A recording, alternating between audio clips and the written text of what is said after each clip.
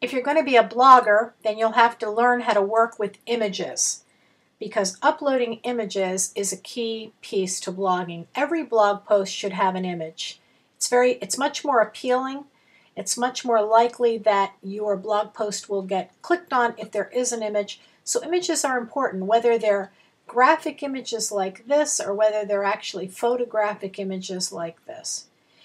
In order to place images inside your blog, you need to know how to edit images. If you take images off your camera card and try to upload them to a blog post, they're very large. That will take a long time. It might, it might skew the layout of your blog post. It might make your blog page slow to load, so you don't want to do that.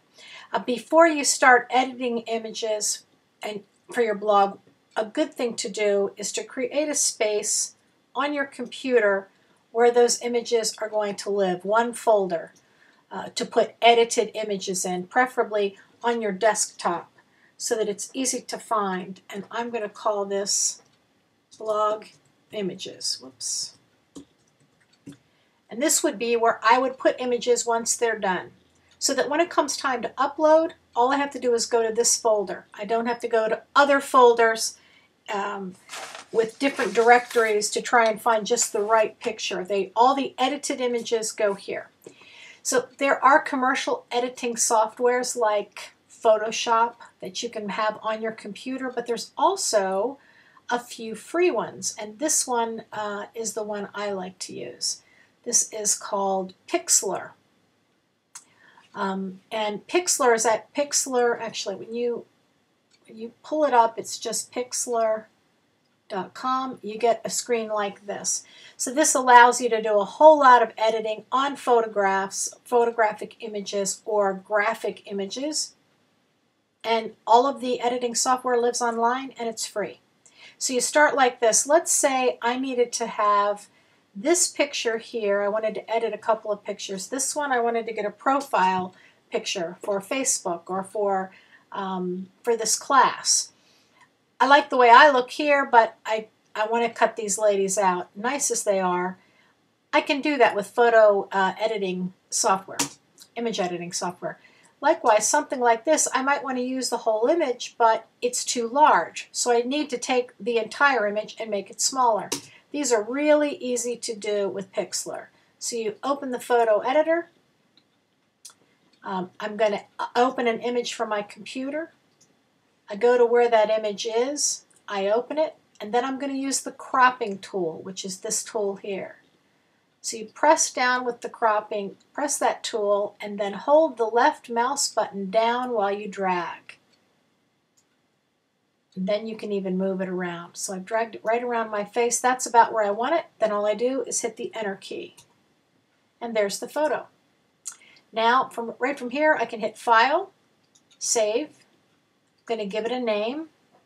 I'll call it Mindy Headshot. It's just a name for me to know. I want to leave it as JPEG. 80 is a fine quality. You can see here it's only 11 kilobytes. It's small. I hit OK, and it's going to say, where do you want me to save it? So I go to that folder that I made earlier, Blog Images, and I just hit Save. And you'll see if we go back to that folder, Blog Images, there's the photo. So that's now its own file, and it's small. You can see it's just 12 kilobytes.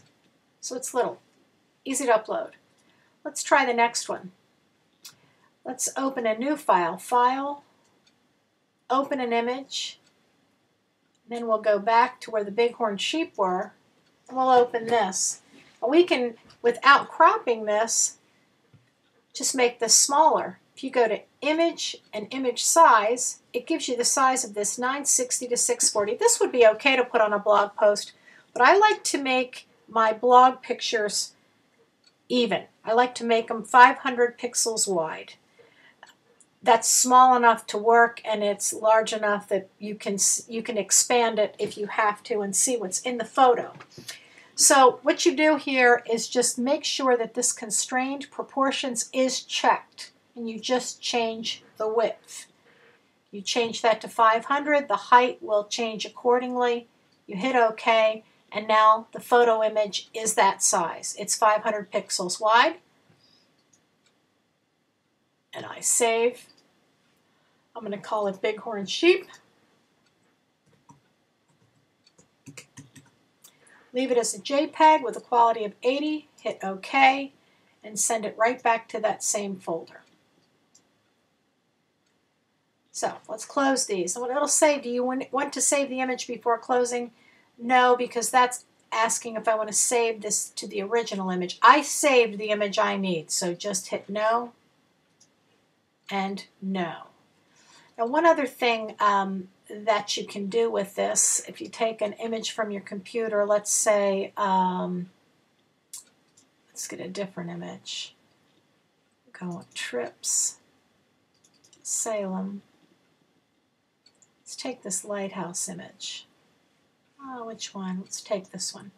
Here's an image of a lighthouse. Actually, that's kind of blurry, but what if I wanted to put some text on here? If I clicked the text button, I put the text where I want it to go, hold down the mouse, and this is Winter Island Lighthouse. Oops. You can see that's very small.